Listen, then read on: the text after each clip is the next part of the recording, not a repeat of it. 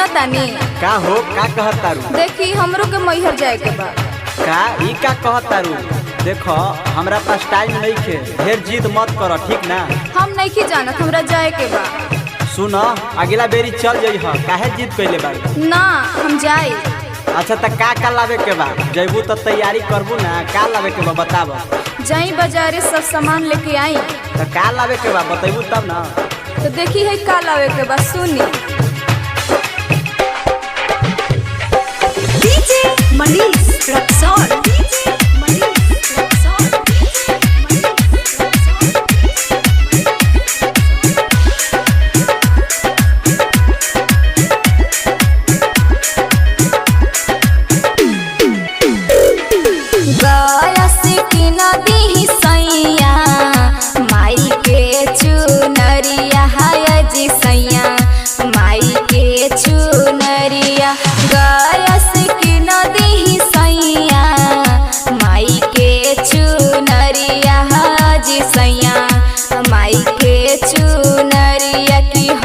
के घुमा दिए सैया कि हम के घुमा दिए सैया मैहर नगरिया जी सैया मैहर नगरिया।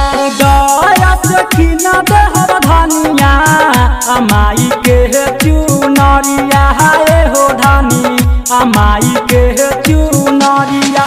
गया से किना देहर धनिया अमाई के चुनरिया हाय हो धानी अमाई के चुनरिया। तोह के घुमा देहर धनिया कि तोह के घुमा देहर धनिया अमाई हर नगरिया हाय हो धानी अमाई हर नगरिया।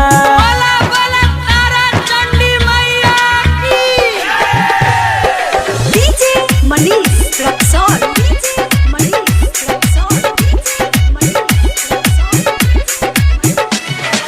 माई जी के महिमा से सैया लगलो न करिया हाय जी सैया लगलो न करिया।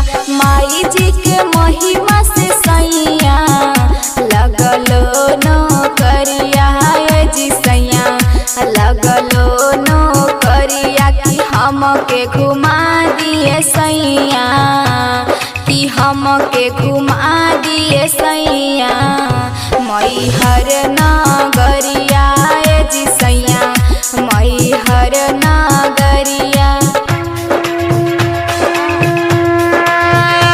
बोला बोला शेरा वाली मैया की। डीजे मनीष रक्सौल।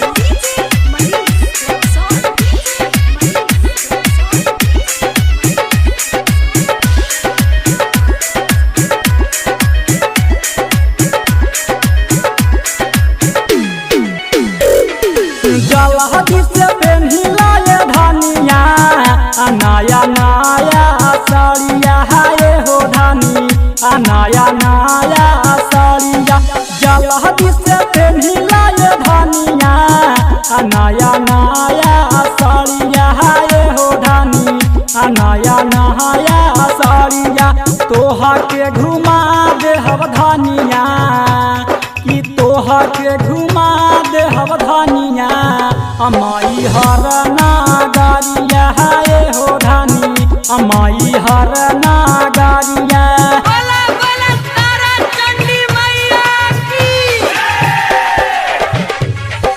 डीजे मनीष रक्सौल।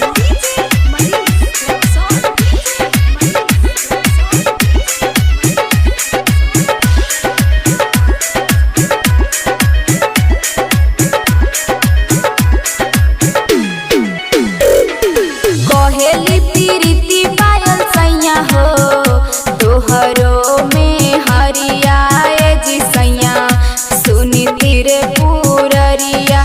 कहेले रवि अमित से हो तोहरो में हरिया जी सैया सुनी ना मुररिया कि हम के घुमा दिए सैया कि हम के घुमा दिए सैया मैहर नगरिया जी सैया